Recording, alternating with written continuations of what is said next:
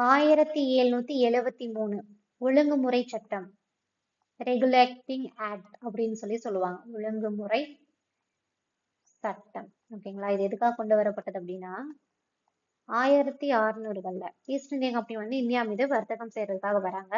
யாரு? நம்மளுக்கு மகாராணியோட அனுமதியோட. ஓகேங்களா? வந்தவங்க என்ன பண்றாங்க அப்படின்னா திவானி ரைட்ஸையும் பெறுறாங்க.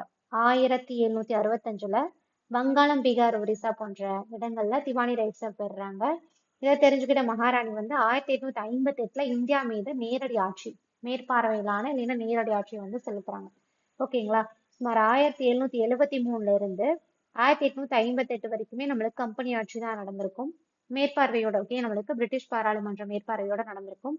இப்போ அந்த காலத்துல கொண்டு வரப்பட்ட ஒரு சட்டம் தான் என்னன்னா 1773 ஒழுங்குமுறை சட்டம். இது எதுக்காக கொண்டு வந்தாங்கன்னா அப்போ ராபர்ட் கிளைவ் ஆளுநரா இருந்திருப்பாரு. அவர் இரட்டை ஆட்சி நடைமுறை கொண்டு வந்திருப்பாரு. என்ன அப்படின்னா திவானி ரைட்ஸ் ஆளுநர் கையிலையும், சட்ட ஒழுங்கு அதிகாரங்கள் யார் கையில இருக்கும் அப்படின்னா நவாப் கையில இருக்கும். ஓகேங்களா?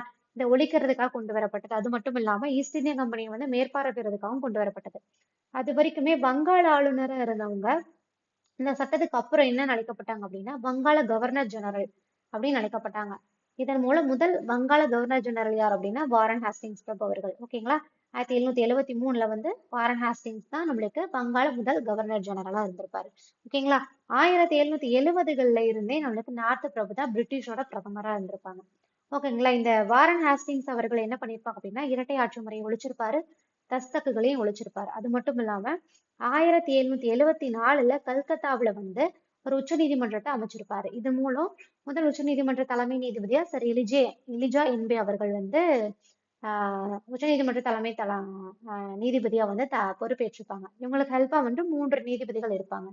அது மட்டுமே இல்லாம இந்த வங்காள கவர்னர் ஜெனரலுக்கு கீழே தான் நம்மளுக்கு என்ன பம்பாய் அண்ட் மதராஸ் ஆளுநர்கள் கீழ்படியணும் அப்படின்னு சொல்லியிருப்பாங்க. இதுதான் இந்த ஒழுங்குமுறை சட்டத்தின் மூலம் கொண்டு வரக்கூடியது. அது மட்டும் இல்லாம வரி வசூலிக்கிறதெல்லாம் ஈஸ்ட் இந்திய கம்பெனியில தலையிடாம, ஓகேங்களா? இந்த வரி வசூலிக்கிறதெல்லாம் ஈஸ்ட் இந்திய கம்பெனி தான் இது வரைக்கும் பார்த்துட்டு இருந்துச்சு. அதெல்லாம் பிரிட்டிஷ் பாராளுமன்றமே தலையிட்டு என்னது இருக்கு, எதுக்கு யூஸ் பண்றாங்க அப்படின்னு சொல்லிட்டு மேற்பார்வையிட்டாங்க. அதிகமா சுரண்டுற மாதிரி இருந்துச்சு அப்படின்னா அதுக்கு தேவையான தண்டனைகளும் என்னென்ன பண்ணணுமோ பொறுப்பை மாத்துறது அந்த மாதிரி தான் நடந்துட்டு இந்த ஒழுங்குமுறை சட்டத்தின் மூலமா.